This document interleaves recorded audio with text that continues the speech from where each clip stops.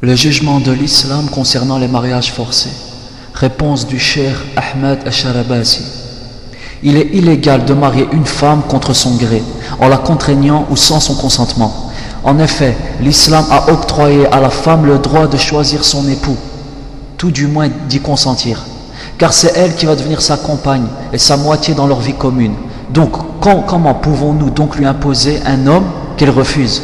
D'après le hadith prophétique, le prophète, paix et bénédiction d'Allah sur lui, a dit: la femme ayant été déjà mariée a plus de droits sur elle-même que son représentant légal, son wali.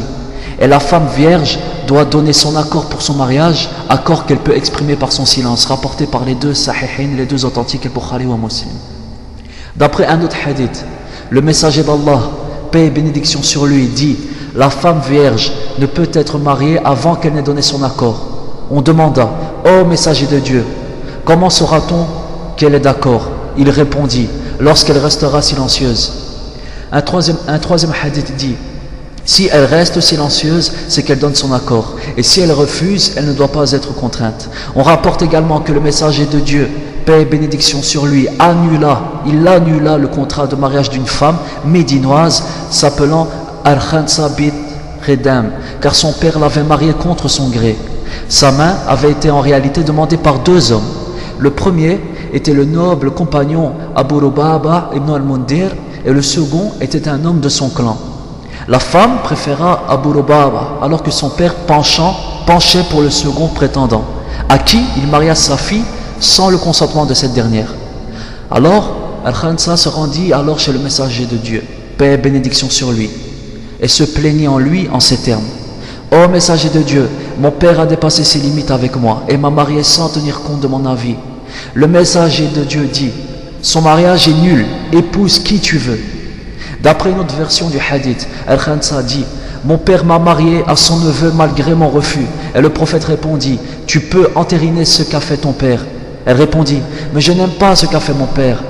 Et le prophète, paix et bénédiction sur lui, déclara: va, son mariage est nul, épouse qui tu veux. Elle reprit par la suite: j'entérine ce qu'a fait mon père. J'ai néanmoins voulu que les gens sachent qu'il n'appartient point aux parents de forcer leur fille à se marier avec quiconque, rapporté par les deux sahihin, Al-Bukhari wa Muslim. D'après Abdallah ibn Abbas, qu'Allah l'agrée, le messager de Dieu, paix et bénédiction sur lui, annula le mariage d'une femme vierge et celui d'une femme ayant déjà connu le mariage après que leur père les eut mariés contre leur gré. Le prophète, paix et bénédiction sur lui, décida alors que le mariage était nul. Nous déduisons de tout cela que le mariage évoqué dans la question initiale n'est pas valide. Traduit de l'arabe du site islamonline.net par le cheikh Ahmed Al-Sharabasi. Malheureusement, nous vivons dans une époque dans laquelle beaucoup de parents mélangent tradition de l'ignorance et les droits de l'islam. Le prophète Mohammed, paix et bénédiction sur lui, a donné le droit aux femmes de choisir son époux, de ne pas être contraintes, à une époque où les juifs, chrétiens et les Qurayshites forçaient leurs filles à se marier. Donc la question est la suivante: pourquoi ces parents-là, qui sont souvent les pères, pourquoi vous obéissez à Allah quand il s'agit des 5 prières obligatoires? Pourquoi vous obéissez à Allah concernant le Hajj, le Ramadan, le bon comportement, l'apprentissage du Coran, le fait de ne pas faire de crédit, de ne pas médire? Mais quand Allah et son messager vous demandent de ne pas forcer votre fille au mariage, vous faites semblant de ne pas voir ce droit islamique. Oh vous les parents qui forcent leur fille à se marier, craignez Allah, car Allah est certes pardonneur, mais aussi dur en châtiment. Les enfants ont des droits sur leurs parents aussi bien que ceux-ci en ont sur leurs enfants.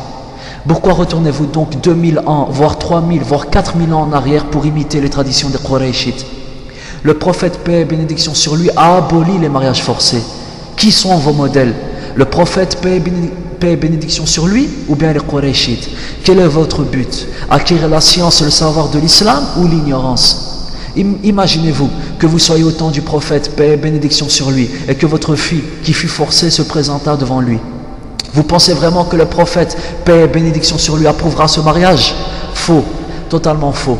Il rendra nul il rendra nul ce mariage, comme il fut pour le cas de Al-Khansa bint Redam. Qu'Allah nous donne le bon comportement, qu'Allah nous donne la sagesse et la science, et qu'Allah nous guide. Amin.